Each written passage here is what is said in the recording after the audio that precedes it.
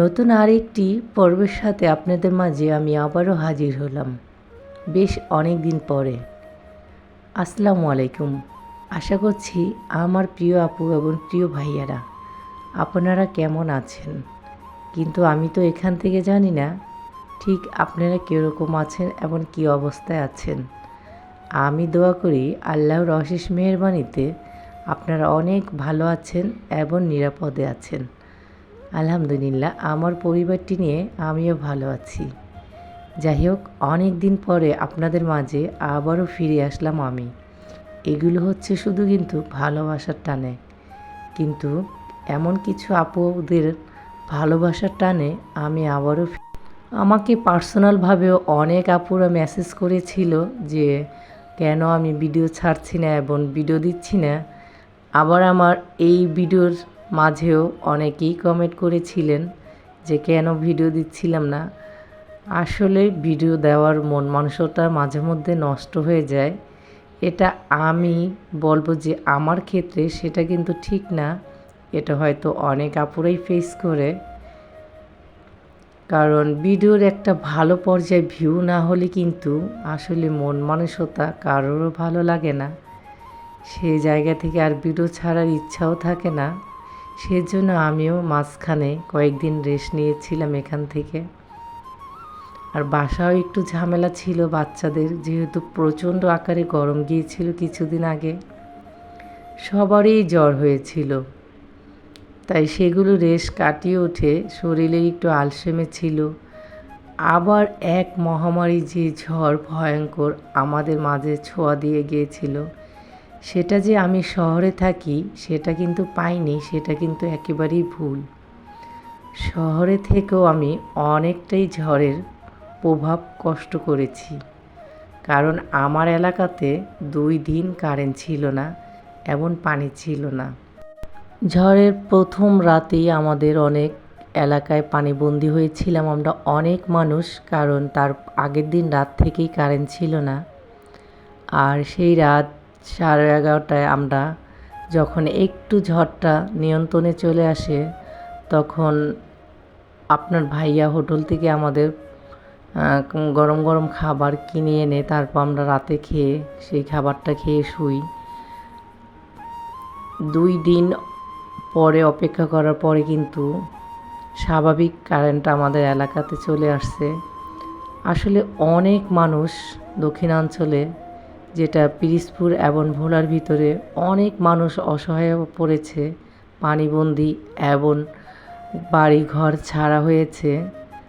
আশ্রয় কেন্দ্রে অনেক মানুষ আছে, কারণ আসলে এইগুলো দেখলে দৃশ্যগুলো চোখে জল ছাড়া আমাদের কিছুই করার থাকে না।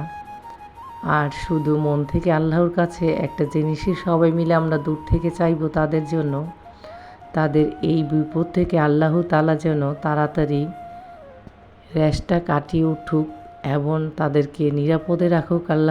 আল্লাহ তাআলা আমাদেরকে এই বিপদ থেকে কাটিয়ে ওঠার তৌফিক দান করুক, আমিন। কথা বলতে বলতে কিন্তু আমার রান্না একেবারেই শেষ পর্যায়ে।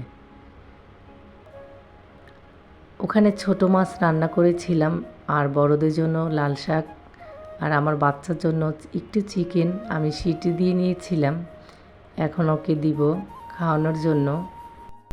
এই ভিডিওটা যেহেতু 1 সপ্তাহ আগে ছিল, তাই আমি এই ঈদের কিছু কেনাকাটা আগের থেকেই সেরে নিয়েছি, কারণ 1টি বছর পর বাড়ি যাব, তার জন্য আমরা আগে থেকেই প্রস্তুতি নিয়ে নিচ্ছি।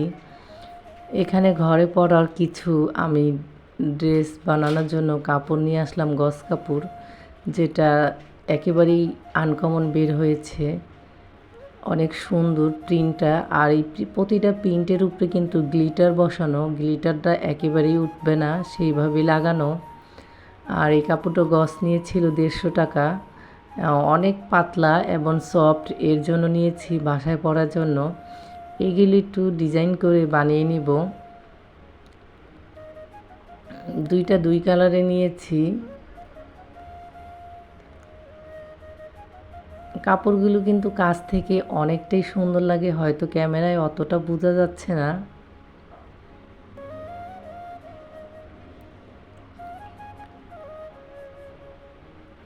আর আমি এখানে নিয়ে নিয়েছিলাম আমার সালোয়ারের কাপড়, যেটা বয়েল আমি ব্যবহার করি সব সময়। আর এখানে ছিল লিলেন, এই কাপড়টাও অনেক ভালো ছিল। এটা ওয়ান পিস ছিল আর তার সাথে ম্যাচিং করে সালোয়ার নিয়েছি। এটাও ছিল লিলেনের পিসগুলো আমার থেকে 250 টাকা করে নিয়েছিল। এই তো এইগুলি একটু ডিজাইন করে বানিয়ে নিব। আর যেহেতু ঈদ উপলক্ষে আমি প্রতি বছরই 2-3টা চাদর বানিয়ে নিই। আর গজ কাপড়গুলোই আমি স্বাচ্ছন্দ্য বোধ করি। গজ কাপড় কিনে আমি সবসময় বেডশিটগুলো বানাই। আর পছন্দ মতন আমি 3টা বেডশিট নিয়ে নিয়েছিলাম। এই বেডশিটগুলো অনেকটাই বহর ছিল, কোনোটার জোড়া পড়েনি। আমার বড় বড় যেহেতু বেডগুলো, একটারও জোড়া পড়েনি। আর কাপড়গুলো খুব ভালো। আর আমি যে দোকান থেকে আনি সেই দোকানগুলো সবসময় আমার পরিচিত, দীর্ঘ অনেক বছর ধরে তার সাথে একটা পরিচিত। এর জন্য আমাকে সবসময় ভালো কাপড়গুলো দেওয়ার সে চেষ্টা করে। আর আমিও ভালো কাপড়গুলো পাই সব সময়। এগুলো রং এবং সব কিছুই পারফেক্ট থাকে। আর বেডে বিছানার সাথে সাথে একটু আরামদায়কও লাগে।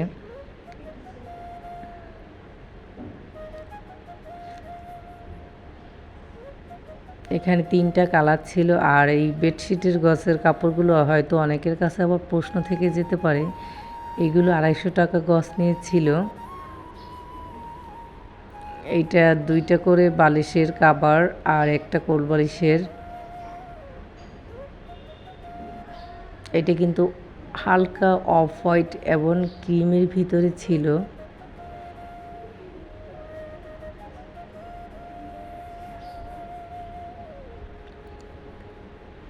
কথা বলতে বলতে কিন্তু ভিডিও শেষ প্রান্তে চলে আসলাম। আজকে যদি আমার ভিডিওটা ভালো লাগে, প্লিজ দয়া করে একটি লাইক দিয়ে পুরো ভিডিওটাই কন্টিনিউ করার চেষ্টা করবেন। আর যদি ভালো লাগে, আপনার মতামতটি আমাকে কমেন্ট সেকশনে জানাতে পারেন। এতে করে কিন্তু আমি নতুন আরেকটি ভিডিও বানানোর উৎসাহিত পাব।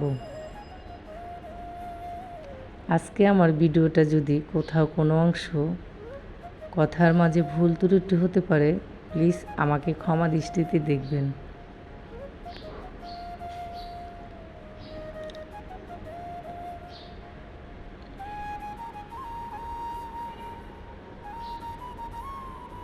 এই বেডশিটটা ছিল আমার মেয়েদের বিছানের। এটা ওরাই চয়েস করেছে, তাই ওদের জন্য এটা নিয়েছি।